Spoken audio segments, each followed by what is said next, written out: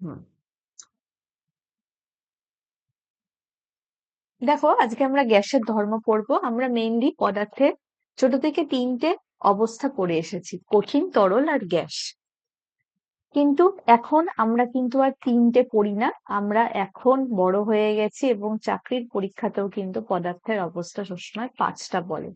অনেক সময় এইভাবেও জিজ্ঞেস করে যে পদার্থের চতুর্থ অবস্থা কোনটা। অ্যান্সার কিন্তু প্লাজমা। তাহলে আমরা কি দেখলাম? সবার প্রথম ছিল কঠিন,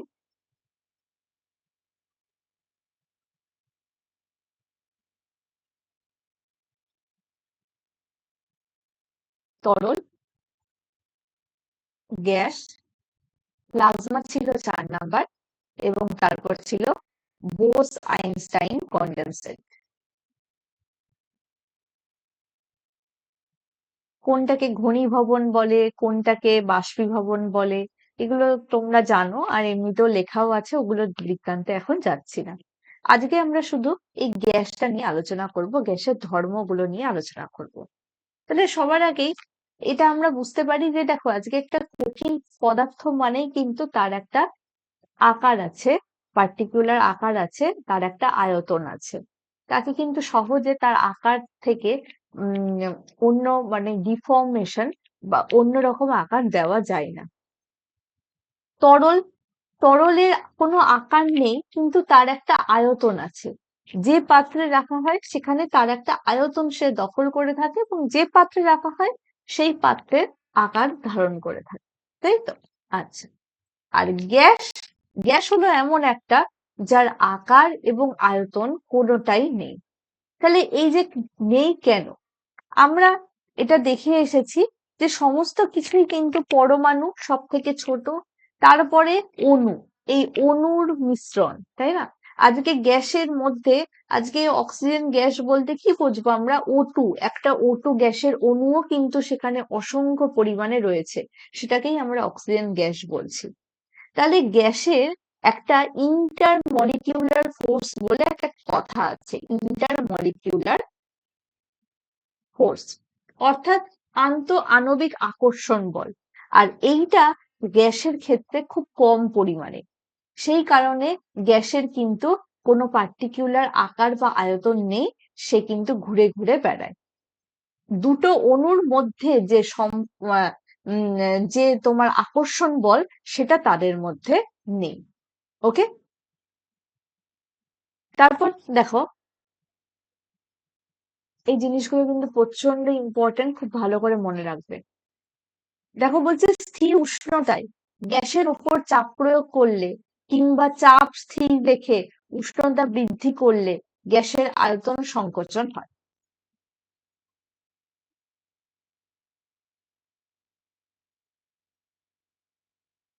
এই পয়েন্টটা আমি পরে আলোচনা করছি, ঠিক আছে? পরে আলাদাভাবে আলোচনা করছি, ছবি এঁকে বোঝাবো জিনিসটা, ওটা পরে ওটা বলছি। এবার দেখো, পরস্পর রাসায়নিক বিক্রিয়া করে না এমন দুই বা তার বেশি গ্যাস স্বতঃস্ফূর্তভাবে পরস্পরের সঙ্গে মিশে যায়। গ্যাসের এই ধর্মকে ব্যাপন বলা হয়।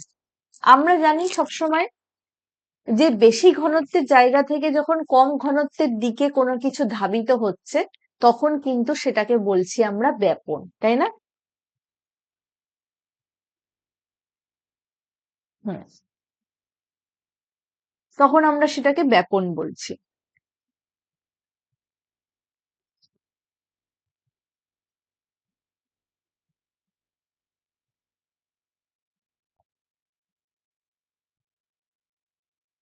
আর অভিস্রবণ কাকে বলছি?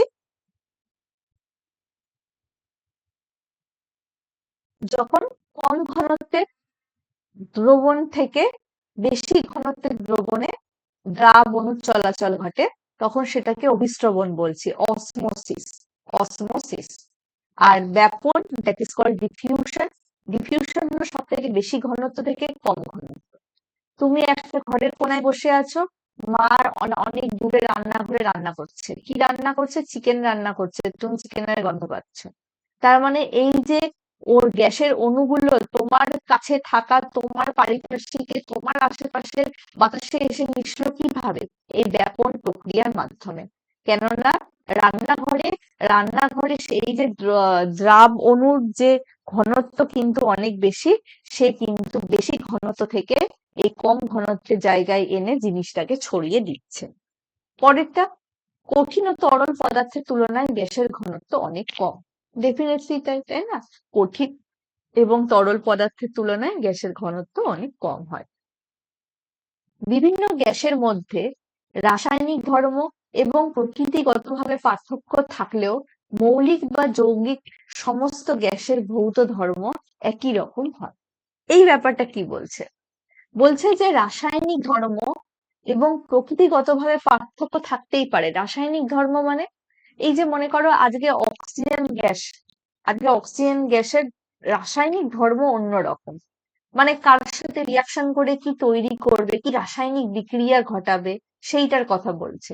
আজকে মনে করো NO2, নাইট্রোজেন ডাইঅক্সাইড, H2 জলীয় বাষ্পের সঙ্গে মিশে HNO3 নাইট্রিক অ্যাসিড তৈরি করছে। ঠিক আছে? এই এক একটা গ্যাস এক এক রকম ভাবে কাজ করছে। আজকে আমরা দেখি নাইট্রোজেন আর হাইড্রোজেনের সংস্পর্শে অ্যামোনিয়া NH3 গ্যাস তৈরি হচ্ছে, তাই না? আবার দেখো H2 কিন্তু O2 সাথে মিশে জলীয় বাষ্প H2O তৈরি করছে। তার মানে গ্যাসের মধ্যে রাসায়নিক ধর্ম প্রকৃতিগতভাবে পার্থক্য আছে, কিন্তু মৌলিক বা যৌগিক সব গ্যাসের ভৌত ধর্ম একই রকম। ভৌত ধর্ম একই রকম হয় মানে আজকে তুমি চোখে দেখে আলাদাভাবে কি বুঝতে পারবে এটা হাইড্রোজেন গ্যাস আর এটা অক্সিজেন গ্যাস? বুঝতে পারবে না, তাই না? তার মানে দুটো গ্যাসই কিন্তু বর্ণহীন, আবার দুটো গ্যাস কিন্তু গন্ধহীনও। সেই রকম কোনটা মানে ভৌত ধর্ম বলতে যেটা আমরা আমাদের পাইপ সেন্সরি যে অর্গ্যান আছে সেই অর্গ্যান গুলো দেখে অর্গ্যান গুলো দিয়ে যখন আমরা জিনিসটা বুঝতে পারবো তখন সেটাকে বলবো। ঠিক আছে?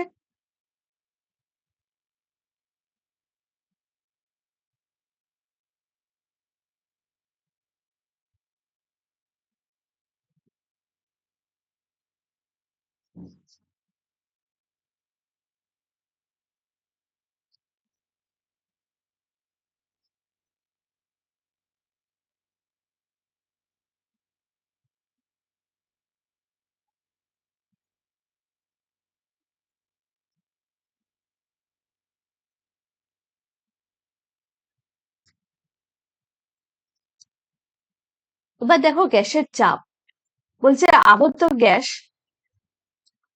পাত্রের দেওয়ালের উপর লম্বভাবে বল প্রয়োগ করে। এটা ভীষণ ইম্পর্টেন্ট কিন্তু। ঠিক আছে? আজকে তুমি একটা পাত্রে পাত্রে কিছু কিছু নেই বলতে সেখানে কিন্তু গ্যাস আছে, কারণ এই পৃথিবীতে কখনো লিটারালি ভাবে শূন্যস্থান থাকা পসিবল না। ঠিক আছে? যদি না সেটাকে ল্যাবের মধ্যে ল্যাবরেটরিতে আর্টিফিশিয়ালি সেই জায়গাটা শূন্যস্থান না করা হয়, কোথাও শূন্যস্থান রাখা পসিবল না। ছোটবেলায় তোমরা আর আমার এখনো মনে আছে ছোটবেলায় কিন্তু আমরা একটা পরীক্ষা পড়েছিলাম। এরকম একটা পরীক্ষা ছিল যে এটা একটা এরকম অর্ধবৃত্ত। হ্যাঁ, এরকম দুটো অর্ধবৃত্ত। অর্ধবৃত্ত বলাটা ভুল, অর্ধগোলক। অর্ধগোলক। ঠিক আছে? একটা গোলকের যে দুটো অর্ধেক। কি করেছিল? এই দুটো গোলক পুরো লাগিয়ে দিয়েছিল। লাগিয়ে দিয়ে এই দুটোকে বায়ু নিরুদ্ধ করেছিল। বায়ু নিরুদ্ধ করা বলতে পুরো গ্যাসটাকে বের করে দেওয়া। ঠিক আছে? এবং তারপর এই যে মাঝখানে যে বর্ডারটা সরিয়ে দিয়েছিল। তাহলে কি হলো? এই যে পুরো এটা একটা গোলক হয়ে গেল। এবং যখন ওইটা সরিয়ে দিয়েছিল তখন কিন্তু কোনোভাবেই আর ওই দুটো গোলককে আলাদা করা যায়নি। মানে ওই দুটো অর্ধ গোলককে আর কোনোভাবে আলাদা করা যায়নি। এবং শেষ পর্যন্ত এই দুই দিকে টোটাল ছটা ছটা ঘোড়া লাগানো হয়েছিল। তবে গিয়ে সেই টোটাল 12টা ঘোড়া যখন ওইখানে বল প্রয়োগ করেছিল তবে গিয়ে সেই ছোট্ট বলটাকে আলাদা করা সম্ভব হয়েছিল। কেন এটা হয়েছিল? এটা অনেক সময় এরকম প্রশ্ন আসে যে এরকম হওয়ার কারণ কি? এরকম কারণ হলো যে বায়ুর একটা টেন্ডেন্সি হলো যে জায়গাটা শূন্যস্থান সেই জায়গাটা পূরণ করার চেষ্টা। এবার যখন দেখছে যে এর ভেতরে কোনো বায়ু নেই তখন চারিদিকের যে বায়ু এর ভেতরে ঢোকার তীব্র প্রচেষ্টা করছে এবং সেই যে বায়ু ভিতরে এতটা পরিমাণে বল প্রয়োগ করছে তার উপরে, সেই কারণে তখন সেটাকে এমনি শক্তি দিয়ে আলাদা করা সম্ভব হচ্ছে না। ঠিক আছে? তো এরকম ভাবেই কোনো জায়গায় কোনো শূন্যস্থান পসিবল না। এবার ধরে নাও এই পাত্রে তুমি বায়ু রেখেছো। এবার বায়ুটা যে এই পাত্রের দেওয়ালে বল প্রয়োগ করবে সেটা কিভাবে করবে? সেটা কিন্তু লম্বভাবে বল প্রয়োগ করবে, যেমন তেমন আড়াআড়ি কাটাকাটি ভাবে করবে সেরকমটা নয়। আচ্ছা, চাপ কাকে বলে? আমরা জানি একক ক্ষেত্রফলের ওপর যতটা পরিমাণে বল প্রয়োগ করা হয় সেটাকেই চাপ বলি, তাই না? একক ক্ষেত্রফলের ওপর যতটা পরিমাণে বল প্রয়োগ করা হয়। একটুখানি দাঁড়াও।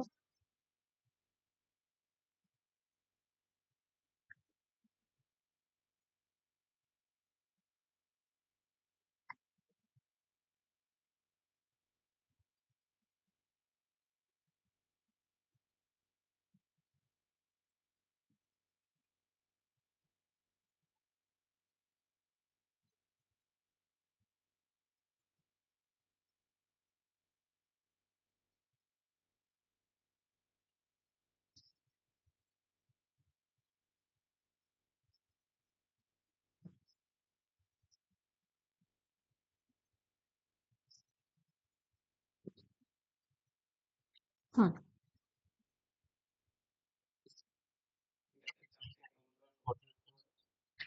বলছি, আমরা বলবো। হুম, আচ্ছা, এবার দেখো, তাহলে চাপ সমান সমান বল বাই ক্ষেত্রফল।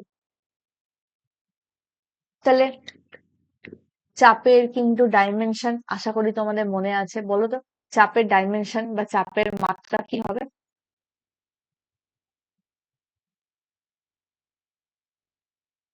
দাঁড়াও, নাম ধরে জিজ্ঞেস করি, বের করো, আমি জিজ্ঞেস করছি।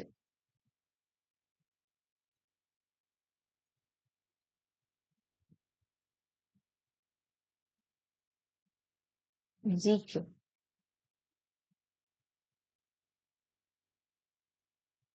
তনু স্টাডি এক্সপ্রেস। জি কে, বলো তনু স্টাডি এক্সপ্রেস, তুমি বলো চাপের ডাইমেনশন কত হবে?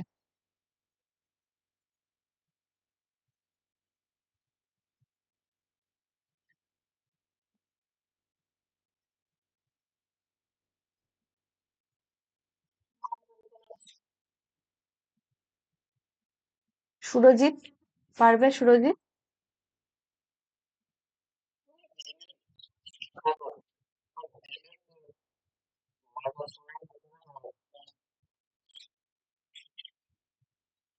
একবার বলো, ml⁻⁻1 t⁻⁻2। বাহ, ভেরি গুড, একদম তাই। দেখো, বল কি করে বের করতে হয়? বল ভাগ ক্ষেত্রফল, তাই না? বল মানে কি? আমরা বল জানি ভর গুণ ত্বরণ, তাই না? ভর গুণ ত্বরণ। তাহলে ভরের জন্য এম লিখবো, আর ত্বরণ হলো গতিবেগ পরিবর্তনের হার। মনে আছে? গতিবেগ পরিবর্তনের হার। তার মানে গতিবেগ ভাগ সময়। গতিবেগ কত? l t⁻⁻1। আবার ভাগ সময় মানে আর একটা টি, তার মানে l t⁻²। আর ক্ষেত্রফল দৈর্ঘ্য গুণ দৈর্ঘ্য বা দৈর্ঘ্য গুণ প্রস্থ, অর্থাৎ দুটো লেন্থের গুণফলকে আমরা ক্ষেত্রফল বলবো, তার মানে l²।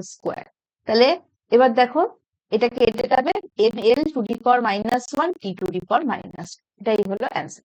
একই রকম ভাবে চাপের এসআই তে একক জিজ্ঞেস করতে পারে, newton per metre square. CGS এ জিজ্ঞেস করতে পারে ডাইন পার সেন্টিমিটার স্কোয়ার। এই নিউটন পার মিটার স্কোয়ারের আর একটা নাম আছে, সেটা হলো পাস্কাল। ঠিক আছে? এই নিউটন পার মিটার স্কোয়ার আর ডাইন পার সেন্টিমিটার স্কোয়ারের মধ্যে সম্পর্ক জিজ্ঞেস করতে পারে। এরকম অজস্র প্রশ্ন, ঠিক আছে, এগুলো দেখে নেবে। এবার দেখো, গ্যাসের চাপ ব্যারোমিটার যন্ত্রে পারস্তম্ভের উচ্চতা দিয়ে প্রকাশ করা হয়। খুব ইম্পর্টেন্ট কথা এটা, হ্যাঁ। কোনো গ্যাসের চাপ 76 সেন্টিমিটার পারদ, এই উক্তির অর্থ হলো ওই গ্যাসের চাপ 76 সেন্টিমিটার উচ্চতা এবং 1 বর্গ সেন্টিমিটার ক্ষেত্রফল বিশিষ্ট একটা পারস্তম্ভের ওজনের সমান। সবই ভালো কথা। এবার পরীক্ষায় একটা প্রশ্ন আসে যে ব্যারোমিটার কে আবিষ্কার করেছিলেন? বিজ্ঞানী টরিসেলি। এটা মাথায় রাখবে। এবং আরেকটা জিনিস, এই ব্যারোমিটার যন্ত্রের পারস্তম্ভের উচ্চতা বা এর রিড করে আমরা কিন্তু কোনো জায়গার ওয়েদার কেমন হবে, সেই জায়গার চাপ কেমন হবে সেটা আমরা বুঝতে পারি। তাহলে ব্যারোমিটার যন্ত্রের এই পারস্তম্ভের যে উচ্চতা, সেটা যদি ধীরে ধীরে নিচে নামে ধীরে ধীরে নিচে নামে তাহলে কিন্তু সেখানে নিম্নচাপ সৃষ্টি হচ্ছে, অর্থাৎ সেখানে একটা হালকা বৃষ্টিপাতের সম্ভাবনা রয়েছে। যদি ভীষণ স্পিডে সেটা নিচে নামে তাহলে কিন্তু খুব মানে নিম্নচাপ ভীষণ স্পিডে ধেয়ে আসছে, সেখানে কিন্তু ঝড় বৃষ্টি বজ্রপাত হওয়ার সম্ভাবনা আছে। আর যদি পারস্তম্ভের উচ্চতা ধীরে ধীরে ওপরের দিকে ওঠে যদি ওপরের দিকে ওঠে তাহলে কিন্তু সেটা রৌদ্রোজ্জ্বল রৌদ্রোজ্জ্বল ঝলমলে আবহাওয়া দেখা যায়। ওকে, আচ্ছা। প্রমাণ চাপ কাকে বলে? পরীক্ষায় অনেক সময় প্রশ্ন দেয়, এটা 0 ডিগ্রি হবে, ঠিক আছে। সমুদ্র পৃষ্ঠে 45 ডিগ্রি অক্ষাংশে আর 0 ডিগ্রি উষ্ণতায় 76 সেন্টিমিটার পারস্তম্ভ যে স্থৈতিক চাপ প্রয়োগ করে তাকে প্রমাণ চাপ বা এক বায়ুমণ্ডলীয় চাপ বলা হয়। ওকে,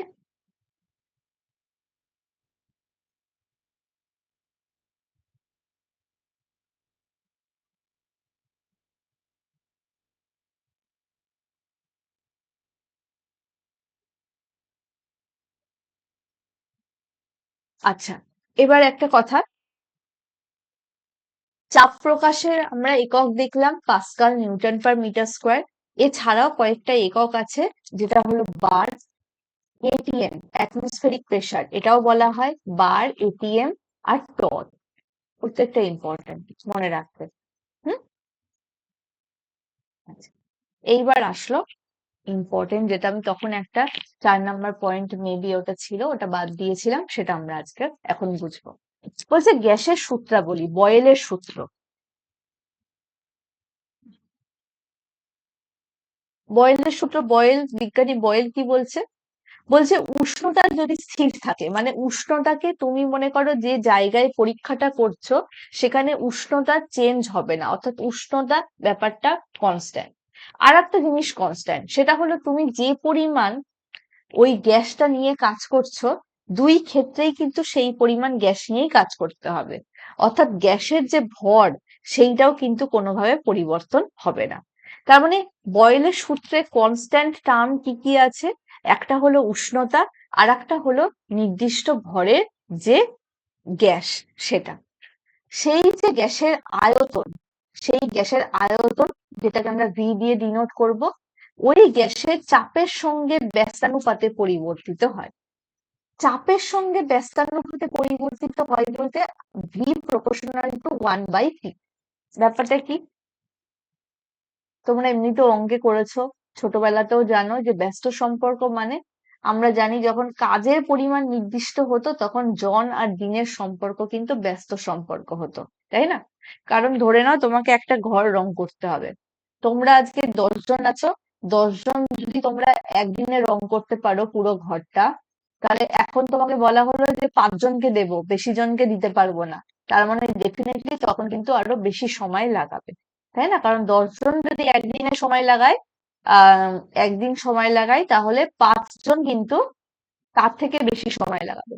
তাহলে দেখো, জনসংখ্যা যেই কমে গেল, দিন সংখ্যা বেড়ে গেল। তার মানে জন আর দিনের সম্পর্ক ব্যস্ত সম্পর্ক। তাহলে একইভাবে ভি যখন বেড়ে যাচ্ছে, গ্যাসের আয়তন বলছে চাপের সঙ্গে ব্যস্তানুপাতে পরিবর্তিত হয়। এই কথাটার মানেটা কি? ই প্রপোর্শনাল টু 1/v লিখি, তাহলে ব্যাপারটা বেশি ভালো হবে। ই প্রপোর্শনাল টু 1/v, ব্যাপারটা মানে হলো যখন তুমি সেই গ্যাসের প্রেসার বাড়িয়ে দিচ্ছ, চাপ বাড়িয়ে দিচ্ছ, তখন তার আয়তন কমে যাচ্ছে। আবার যখন গ্যাসের চাপ তুমি কমিয়ে দিচ্ছ, তখন কিন্তু আয়তন বেড়ে যাচ্ছে। অর্থাৎ একটা কমালে আর একটা বাড়বে। ওকে, এইটার রেসপেক্টে কিন্তু অঙ্ক থাকে, সেটা তোমাদের করতে হবে।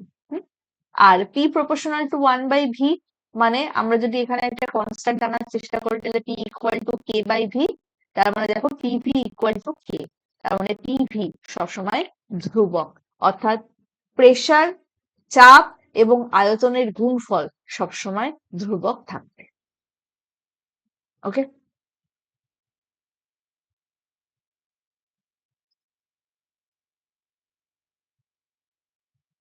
আচ্ছা, এবার আর একটা প্রশ্ন এরকম আসে,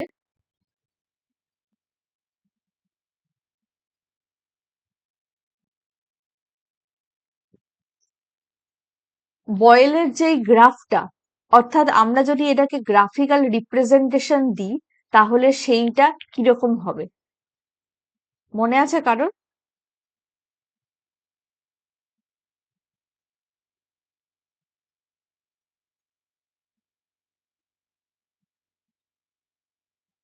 পরীক্ষায় কিন্তু প্রশ্ন অলরেডি দিয়েছে, কয়েকটা তোমাকে গ্রাফ দিয়ে দিয়েছে এবং বলেছে এর মধ্যে কোনটা বয়েলস এর ল কে রিপ্রেজেন্ট করছে সেটা বলো।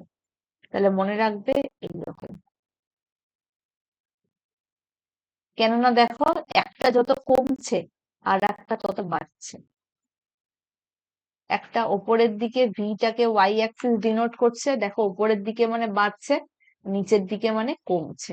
একটা সময়ের পর সেটা পুরো প্যারালালি চলতে থাকবে, কখনো মিট করে যাবে না, কারণ থিওরিটিক্যালি কোনো গ্যাসের কখনো আয়তন শূন্য হওয়া সম্ভব নয়। হুম। আম, তো যাই হোক, সেটা পরের কথা।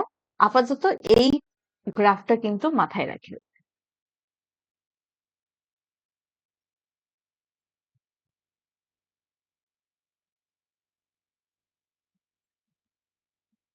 এইবার চার্লসের সূত্র।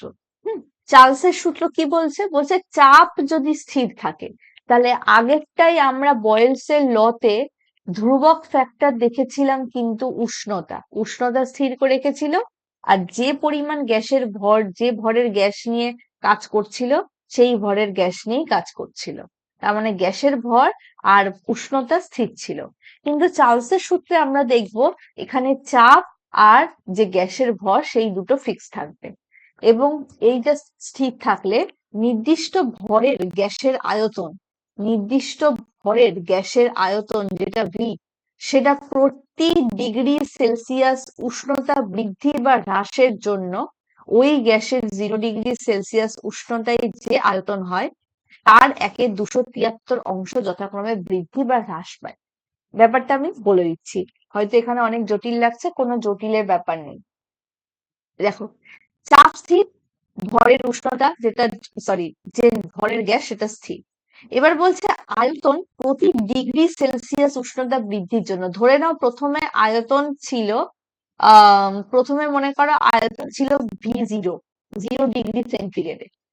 এবার আমি কি করলাম, উষ্ণতা 1 ডিগ্রি সেন্টিগ্রেড বাড়ালাম, 1 ডিগ্রি সেন্টিগ্রেড বাড়ালাম, 0 থেকে 1 ডিগ্রি। তাহলে এখন এই 1 ডিগ্রিতে ভলিউমটা কত হবে? ভলিউমটা হবে যতটা, এই টোটাল ভলিউমটা হবে 1+1/273।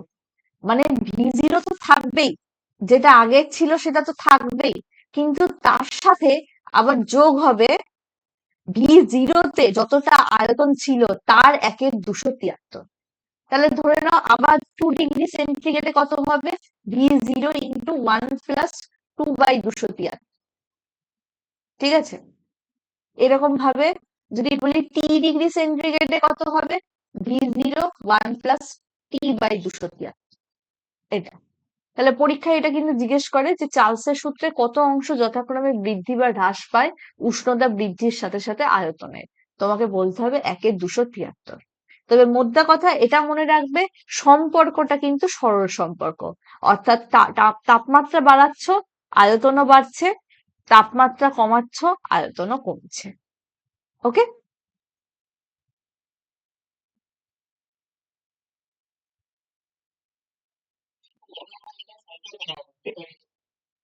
আচ্ছা, মানে কোনটা বলবো বলো, পুরো চার্লসের সূত্রটা?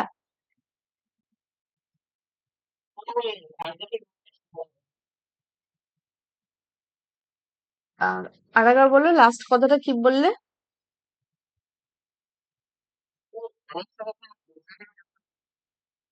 না, ভরের কোনো গল্প নেই এখানে। একটা কথা বারবার বলছি, ভর কিন্তু দুই ক্ষেত্রেই ফিক্সড আছে।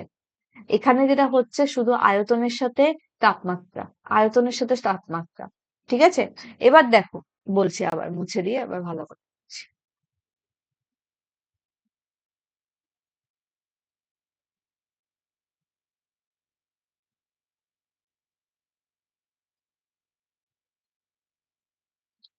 তোমার বাবা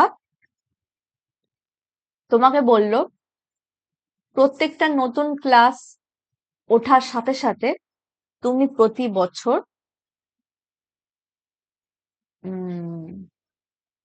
10টা করে চকলেট এক্সট্রা পাবে। 10টা করে চকলেট এক্সট্রা পাবে। ঠিক আছে? তাহলে দেখো, তুমি মনে করো সবে ফার্স্টে এখন নার্সারি ওয়ানে ভর্তি হয়েছো। তুমি বা তোমার ছেলে মেয়ে যাই হোক না কেন। তার মানে ধরে নাও তার কাছে তাহলে এখন শুরুতে চকলেট আছে V0। V0 সংখ্যায় চকলেট আছে। এবার সে যখন সেখান থেকে ক্লাস নার্সারি 2 তে উঠলো, তাহলে তার কাছে কিন্তু এক আর এক 10টা চকলেট এক্সট্রা আসলো। ঠিক আছে? এবার এরপরে যখন নার্সারি 2 থেকে ক্লাস 1 এ ভর্তি হলো, তখন তার কাছে তো এটা ছিলই, আগের বছরে এটা ছিল, সাথে আরো 10 অ্যাড হলো। আবার যখন 1 থেকে 2 তে উঠলো, তখন তার কাছে তো এটা ছিলই, আবার তার সাথে 10 অ্যাড হলো। তার মানে দেখো, প্রতিবার বৃদ্ধির সাথে সাথে এখানে যেমন 2 গুণ 10, এখানে একবার উঠেছে 1 গুণ 10, এখানে 3টে ক্লাস উঠেছে তাই 3 গুণ 10, এইভাবে জিনিসটা হচ্ছে। একই গল্প এখানে। বলছে সবার প্রথমে তুমি এটা ধরে নাও যে 0 ডিগ্রি, মানে ধরে নিতে হবে না, থিওরিটিক্যালি দেখতে হবে যে 0 ডিগ্রি সেন্টিগ্রেডে সেই যে গ্যাসটাকে আমি রেখেছি, ওই গ্যাসের আয়তন কত ছিল। আমি দেখলাম, ধরে নাও যে সেটাকে আমি V0 দিয়ে ডিনোট করছি। এইবার আমার 0 ডিগ্রি সেন্টিগ্রেডটার পছন্দ হচ্ছে না, আমার ইচ্ছে হলো যে না, আমি এবার 1 ডিগ্রি সেন্টিগ্রেড করবো, অর্থাৎ টেম্পারেচারটা 1 ডিগ্রি বাড়াবো। তাহলে এবার 1 ডিগ্রি সেন্টিগ্রেড বাড়ানোর সাথে সাথে V0 তো আগে ছিলই, V0 তো আগে ছিলই, এর সাথে আবার কিন্তু 1-এ 273 গুণ করে যেটা হয় সেইটা যোগ করতে হবে। তাহলে V0 ইন্টু 1 প্লাস 1-এ 273, এটা 1 ডিগ্রি সেন্টিগ্রেড বাড়ার সাথে সাথে। 2 ডিগ্রি সেন্টিগ্রেড বাড়ার সাথে সাথে হয়ে যাবে V0 ইন্টু 1 প্লাস 2/273। আবার মনে করো T ডিগ্রি সেন্টিগ্রেড বাড়ার সাথে সাথে V0 ইন্টু 1 প্লাস T/273। ঠিক আছে? এরকম যতই হোক, এইভাবে জিনিসটা বাড়তে থাকবে। তাহলে পরীক্ষায় এটা প্রশ্ন দেয় যে কত অংশ যথাক্রমে বৃদ্ধি বা হ্রাস পায়। একই রকম ভাবে যদি এটা কমতেও থাকে, তাহলে সেক্ষেত্রে কিন্তু মাইনাস হবে, অর্থাৎ কমবে। তাহলে সেটাও 1-এ 273 অংশ অ্যান্সার হবে। তাহলে মেন যে কথা এখানে মনে রাখবে সেটা হলো সম্পর্কটা কি, অর্থাৎ আয়তনের সাথে উষ্ণতার যে সম্পর্কটা, এখানে কিন্তু সরল সম্পর্ক। অর্থাৎ দেখো, টেম্পারেচার যত বাড়ছে আয়তনও তত বাড়ছে, টেম্পারেচার যদি কমানো হয় আয়তনও কিন্তু কমতে থাকবে। ওকে?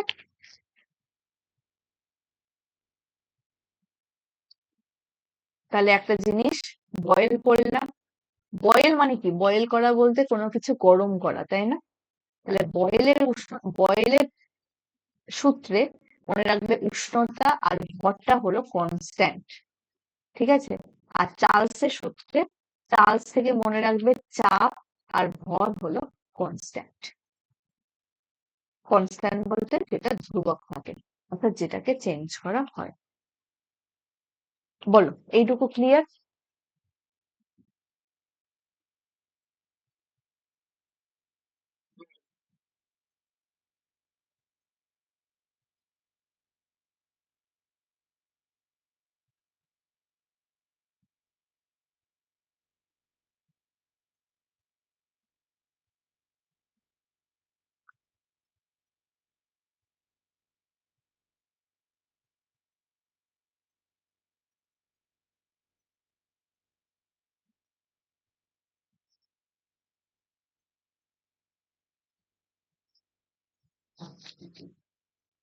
সবার ক্লিয়ার তো এইটুকু? বলো।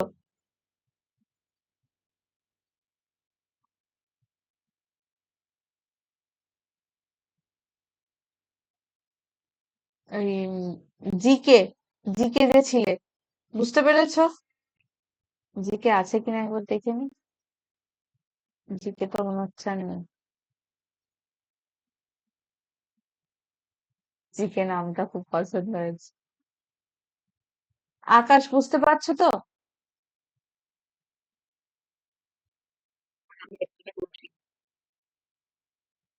বাবা! ঠিক আছে, কোনো অসুবিধা নেই। আমি রেকর্ড অন করেছি অনেকক্ষণ আগে। তো ক্লাস দেখলে বুঝতে পারবে।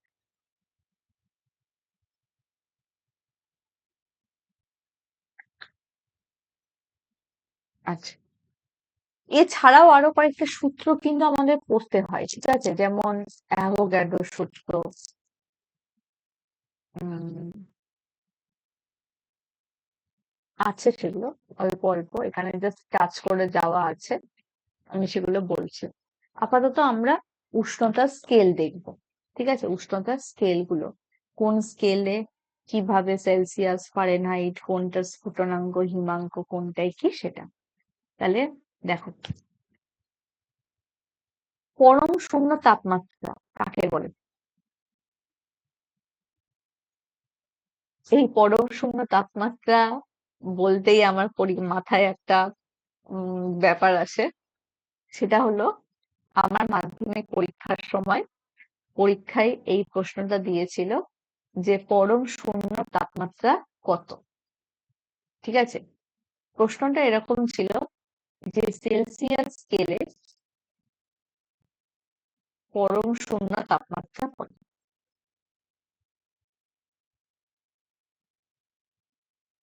ঠিক আছে?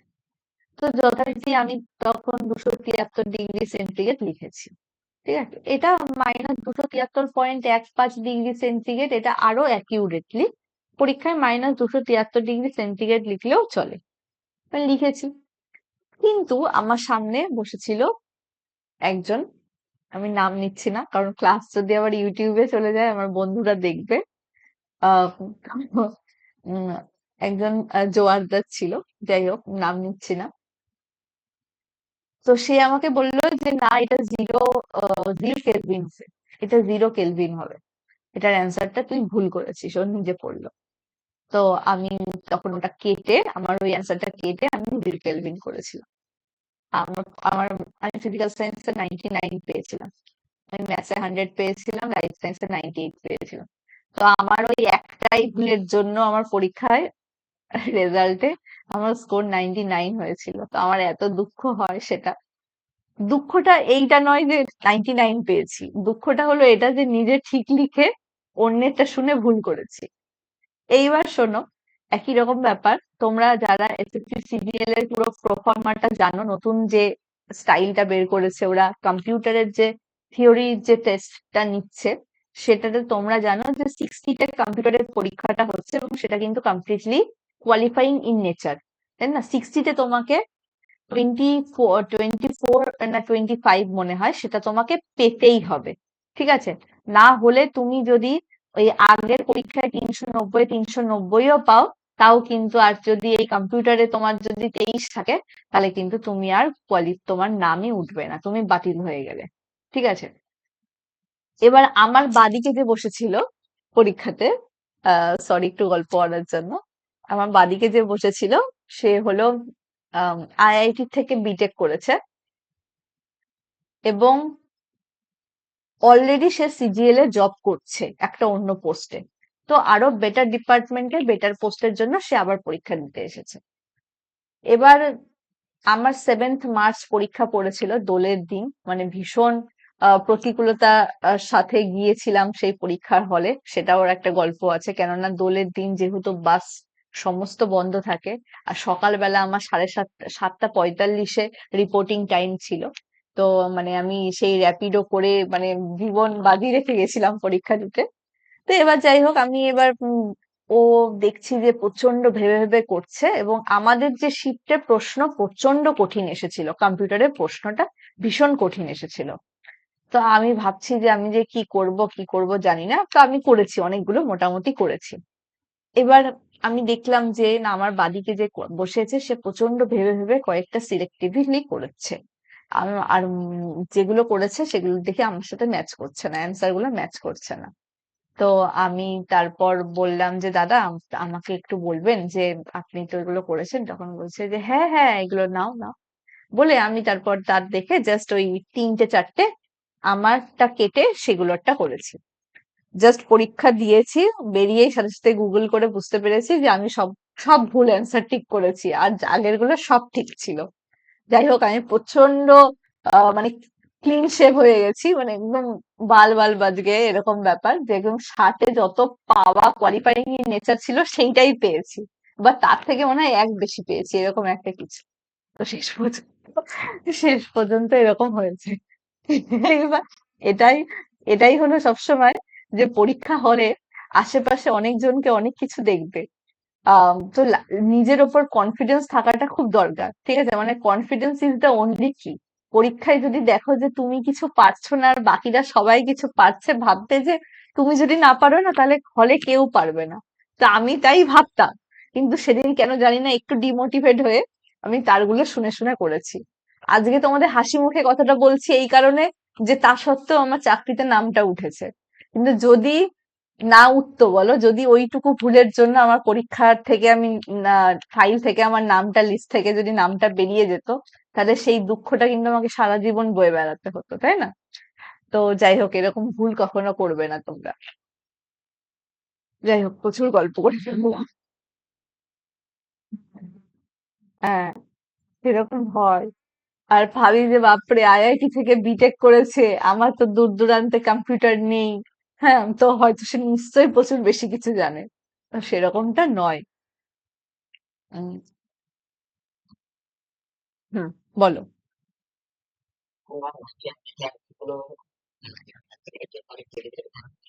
হ্যাঁ, সেগুলো ইনকারেক্ট ছিল। আর আমার গুলোই কারেক্ট ছিল আর কি। যাই হোক, না, আমার গুলো তো ফার্স্টে করেছি, তারপর আমার গুলো মুছে মুছে আবার চারটা করেছি।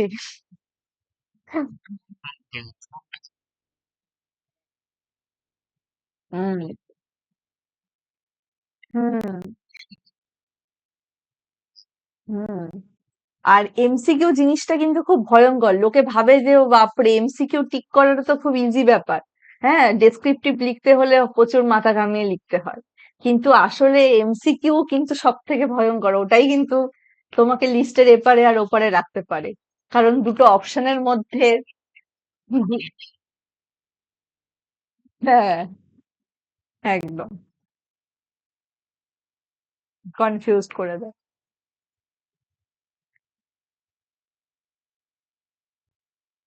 আচ্ছা,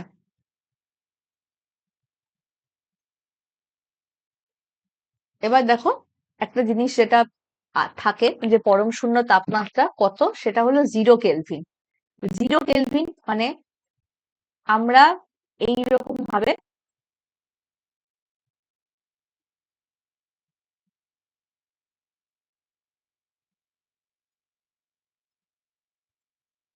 একটা গ্রাফ দেখতে পাই, ঠিক আছে? এই গ্রাফটা যখন থিওরিটিক্যালি বের করা হয়েছে, যে কোথায় গিয়ে এই যে ভলিউমটা 0 হয়ে যাবে, মানে এই একটু আগেই আমরা কি করলাম, আমরা ভি আর টি এর সম্পর্ক বের করলাম না, যে টি যত বাড়ছে তত ভিও কিন্তু বাড়ছে, চার্লসের সূত্রে। তাহলে এবার বিজ্ঞানীরা বের করার চেষ্টা করলো যে কোন তাপমাত্রায় গেলে গ্যাসের ভলিউম 0 হয়ে যাবে, গ্যাসের ভলিউম 0 হয়ে যাবে, এবং সেটা বের করে ওরা দেখলো যে এই যে -273.15 ডিগ্রি সেলসিয়াসে গেলে ভলিউমটা 0 হয়ে যাবে, বা সেটাকে আমি যদি কেলভিন স্কেলে মেজার করি, সেটা হলো 0 কেলভিন। তাহলে ওই উষ্ণতায় গ্যাস কিন্তু কোনো আয়তন অধিকার করবে না। থিওরিটিক্যালি এটা পসিবল না, একটা গ্যাস আছে মানে তো, নির্দিষ্ট ভরের গ্যাস আছে মানে তো তারা আছে, তাই না? তাদের আয়তন কিচ্ছু নেই, এটা তো সম্ভব নয়। কিন্তু তা সত্ত্বেও থিওরিটিক্যালি যেহেতু এটা, আমরা এটাই মানবো যে 0 কেলভিন বা -273.15 ডিগ্রি সেন্টিগ্রেডে গ্যাসের কোনো আয়তন থাকবে না। পরেরটা, উষ্ণতার পরম স্কেল বা কেলভিন স্কেল, এইটাই দেয়। এই যে -273 ডিগ্রি সেলসিয়াসকে 0 ডিগ্রি ধরছে, মানে 0 কেলভিন ধরছে, আর প্রতি ডিগ্রি ব্যবধানে 1 সেলসিয়াস ডিগ্রি সমান করে যে উষ্ণতার স্কেল পাওয়া যায়, তাকে উষ্ণতার পরম স্কেল বলা হয়। তাহলে কেলভিন স্কেলে যখন কোনো কিছু মেজার করতে হবে, কিভাবে করবে? সেলসিয়াসের স্কেল যেটা আসছে, তার সাথে 273 জাস্ট অ্যাড করে দেবে, ঠিক আছে? তাহলে কিরকমটা হচ্ছে দেখো, 1 ডিগ্রি সেন্টিগ্রেড মানে 274 কেলভিন, 2 ডিগ্রি সেন্টিগ্রেড মানে 275 কেলভিন। ঠিক আছে, তাহলে -273 ডিগ্রি সেন্টিগ্রেড মানে 273-এর সাথে যোগ করব, 273-এর সাথে -273 যোগ করব, তাহলে কত হচ্ছে 0 কেলভিন। তার মানে 0 kelvin equal to -273 degree centigrade.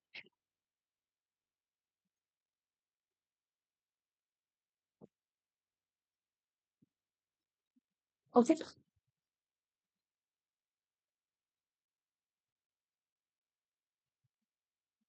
কোন স্কেলে কি, এই যে 0 degree centigrade, 100 degree centigrade, Celsius scale, Fahrenheit scale, পরম স্কেলের মধ্যে সম্পর্ক দেওয়া আছে। আর একটা রোমার স্কেলও থাকে, রোমার স্কেল, যেটা 0 ডিগ্রি রোমার হিমাঙ্ক, আর 80 ডিগ্রি রোমার সেটা হলো স্ফুটনাঙ্ক। এটা ছাড়াও আর একটা স্কেল আছে, র্যাঙ্কিং স্কেল। ঠিক আছে, যাই হোক, পড়লে অনেক কিছু পড়া যায়, কিন্তু রোমার র্যাঙ্কিং থেকে বিশেষ করে আমাদের ওয়েস্ট বেঙ্গলে এখনো পর্যন্ত কোনো অপশন প্রশ্ন আসেনি। আমি দেখেছি বাইরের স্টেটের পিএসসি তে প্রশ্নগুলো করেছে, তাই বলে দিই। বুঝেছি। আর এটা ছাড়াও তোমাদের যে এমসিকিউ গুলো দেওয়া আছে, সেই এমসিকিউ তেও তোমার আমি লিখে রেখেছি এখানে ওখানে রোমার র্যাঙ্কিং সম্পর্কে, তো সেটাও যদি দেখো তাহলে বুঝতে পারবে।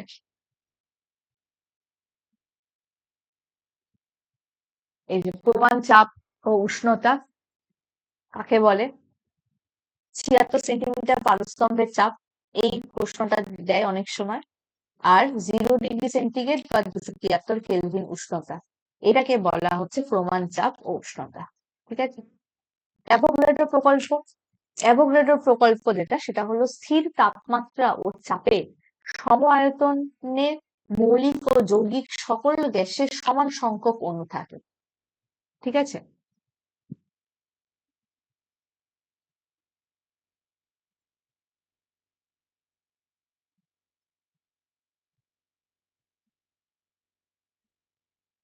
তাহলে তাপমাত্রা, টেম্পারেচার ফিক্সড রাখলে, প্রেসার ফিক্সড রাখলে, সম আয়তন, সম আয়তনের মৌলিক ও যৌগিক, মানে আয়তনটাও যদি ফিক্সড রাখো, তাহলে তুমি দেখবে, ধরে নাও 1 লিটার কার্বন ডাই অক্সাইড গ্যাসে যতগুলো অণু থাকবে, 1 লিটার অক্সিজেন গ্যাসেও কিন্তু ততগুলোই অণু থাকবে। বোঝা গেল? আর এই অ্যাভোগাড্রো নাম্বারটা কত? অ্যাভোগাড্রো নাম্বার হলো 6.022 ইন্টু 10⁻23 ইন্টু 10⁻23। ও এই তো, লেখাই আছে।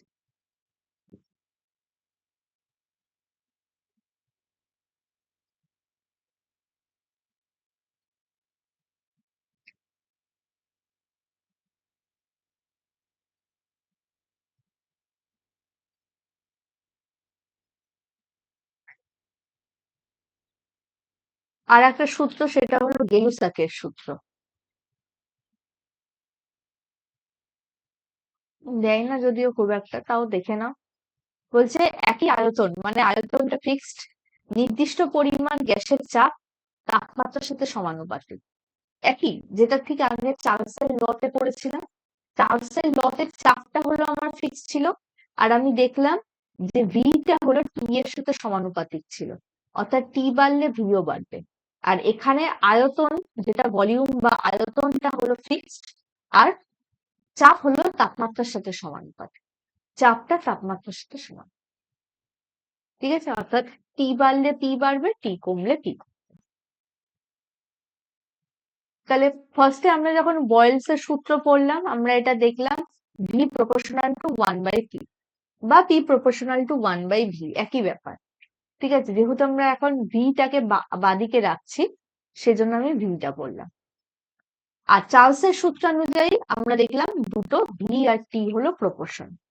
তাহলে দুটোকে যদি মার্জ করি, দুটোকে যদি কোলাজ করি, তাহলে ভি প্রপোর্শনাল টু টি ওপরে আছে, টি এর নিচে কিছু নেই মানে 1, আর নিচে এখানে পি আছে।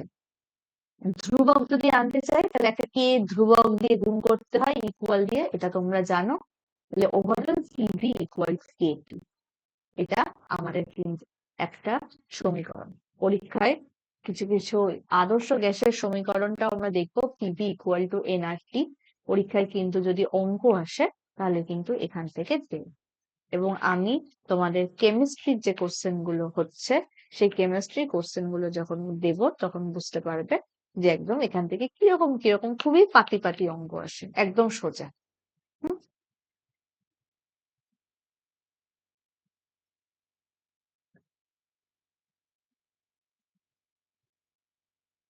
এই যে PV equal to N KT বা পিভি ইকুয়াল টু এনআরটি, একই ব্যাপার।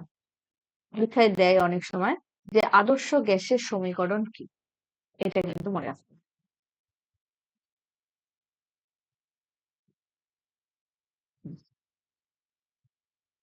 এবার এই যে পিভি ইকুয়াল টু আর টি, এখানে যে আর এর যে মান, এই আর এর মান গ্যাসের প্রকৃতি এবং ধর্মের উপর নির্ভর করে। গ্যাসের প্রকৃতি এবং ধর্মের উপর নির্ভর করে না, সরি। কেননা এটা কি ধ্রুবক, এটা সার্বজনীন একটা গ্যাস ধ্রুবক বলা হয়। আমরা যেমন মহাকর্ষীয় ধ্রুবক পড়েছিলাম জি, ক্যাপিটাল জি, সেরকমই সে এই আর এর ভ্যালুটাও কিন্তু অনেক সময় প্রশ্নে দিয়ে দেয়। দেখো কোন সূত্রের কি গাণিতিক রূপ, এবং তার সাথে কিন্তু এই যে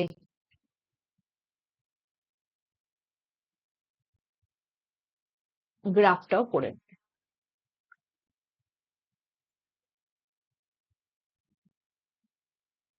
ঠিক আছে,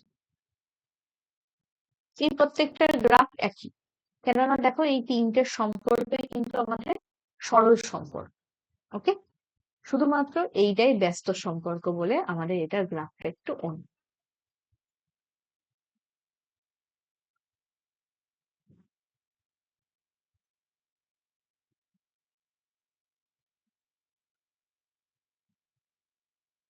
এগুলো ছোটবেলাতেই পড়েছো, এগুলো 9-10-এ একদম আমি বই থেকে করা, একদম বই থেকে তোলা। যাই হোক, তাহলে দেখো গ্যাসের অণুর গতি, গ্যাসের ক্ষুদ্র ক্ষুদ্র অণুগুলো সব কঠিন স্থিতিস্থাপক গোলক। ঠিক আছে, গ্যাসের অণুগুলোর মোট আয়তন গ্যাসের আয়তনের তুলনায় নগণ্য। কেননা অণু তো প্রচন্ড ছোট, তাই না? মলিকিউল তো খালি চোখে দেখা সম্ভব নয়। কিন্তু যখন সে একটা পুরো গ্যাস আয়তন দখল করে আছে, সে কিন্তু পুরো একটা পাত্র দখল করে আছে। তাহলে সেই পুরো পাত্রের মধ্যে আমি যদি একটা ইন্ডিভিজুয়াল গ্যাস অণুকে বের করতে চাই যে সে কতটা জায়গা দখল করে আছে, সেই আয়তনটা কিন্তু একেবারে নেগলিজেবল। ঠিক আছে, অণুগুলো সর্বদা গতিসম্পন্ন। হুম,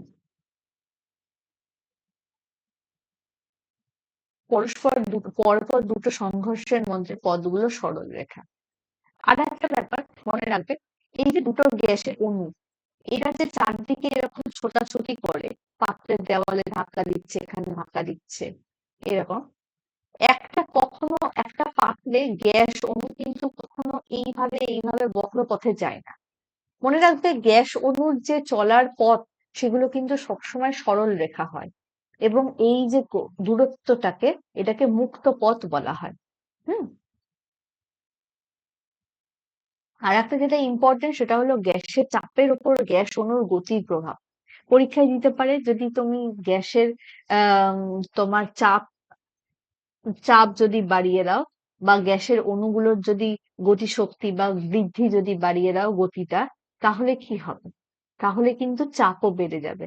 কারণ অণুগুলোর যখন গতি তুমি বাড়িয়ে দিচ্ছ, তার মানে কি সেই যে গতি, সেই বিশাল গতি নিয়ে সে পাত্রের দেওয়ালে ধাক্কা দিচ্ছে। পাত্রের দেওয়ালে ধাক্কা দিচ্ছে বলতে চাপ প্রয়োগ করছে, তাই না? সেইটাই হলো এই সংঘর্ষজনিত বলের পরিমাপটাই হলো চাপ। তার মানে গতির সাথেও কিন্তু চাপের সম্পর্কটা সরল সম্পর্ক। হুম? আর উষ্ণতার সাথেও তাই, উষ্ণতা বাড়লেও কিন্তু তোমার গতির মান বেড়ে যাচ্ছে, আর গতির মান বাড়ছে মানে চাপও বেড়ে যাচ্ছে। তাহলে প্রতি গ্যাস অণুর গড় গতিশক্তি গ্যাসের পরম উষ্ণতার সাথে সমানুপাতিক। মানে তুমি যদি উষ্ণতা বাড়াও তাহলে অণুর গতিশক্তিও বেড়ে যাবে, আবার যদি উষ্ণতা কমাও গতিশক্তিও কমে যাবে। ঠিক আছে,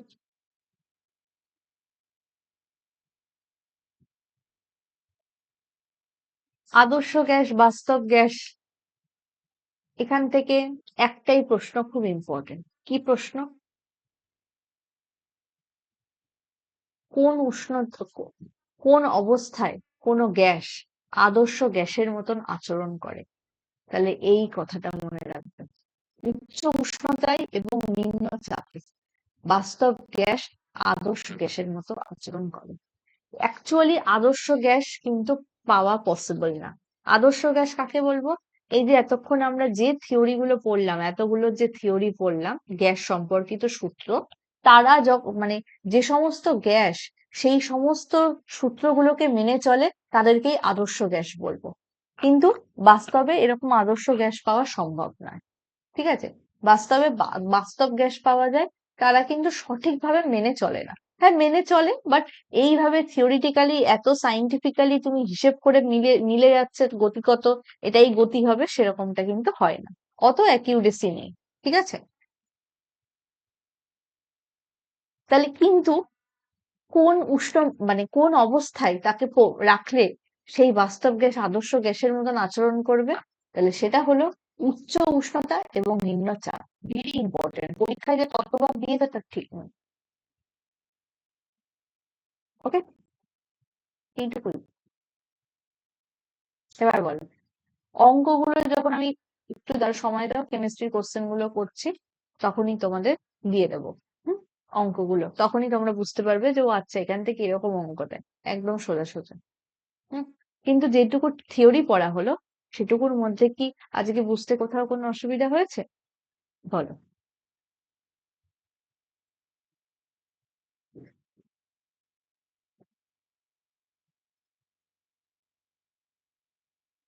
বলো।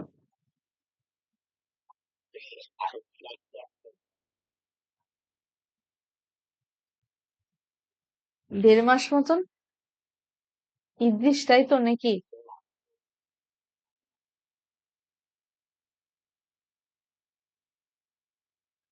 আচ্ছা আচ্ছা। সেক্ষেত্রে তুমি কিভাবে ক্লাসগুলো পাবে সেটা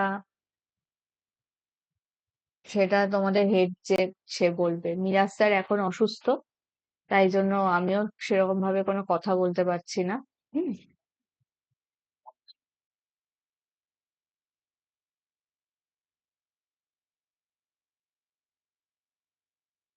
ও, না না, এটা আগে থেকে হচ্ছে। আমি 1.5 মাস আগে জয়েন করেছিলাম, আমি তখন আমাকে বলা হয়েছিল যে এএনএম জিএনএম এর জন্য সায়েন্সটা কিন্তু একটু তাড়াতাড়ি শেষ করতে হবে। ঠিক আছে? তো যাই হোক, যেহেতু এএনএম জিএনএম এর এক্সাম একটু পিছলো, তো তাই আমরা অনেকটা সময় পেয়েছি, মোটামুটি ভাবে সায়েন্সটা শেষ হয়ে গেছে। আম, আরো যেগুলো একটু ডিটেলড আলোচনা সেগুলো চলছে, যতদিন পরীক্ষা হয়ে গেলেও। এখন মানে পরীক্ষা হয়ে গেছে, এখন তোমাদের সপ্তাহে 2টো করে ক্লাস হবে। হুম, এতদিন সিলেবাসটাকে কমপ্লিট করার জন্য 4টে করে ক্লাস নিচ্ছিলাম সপ্তাহে। ওকে, এবার বলো, ক্লাসে পড়া বুঝতে কারোর কোনো অসুবিধা হয়েছে?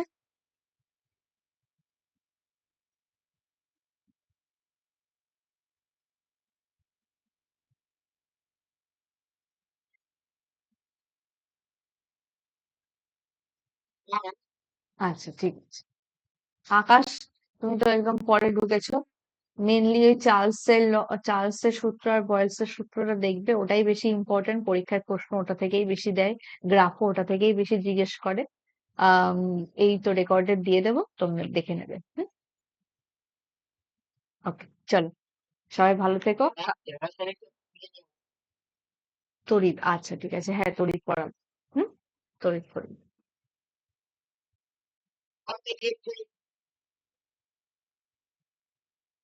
পিডিএফটা দেওয়া আছে। হুম, পিডিএফ দেওয়া আছে।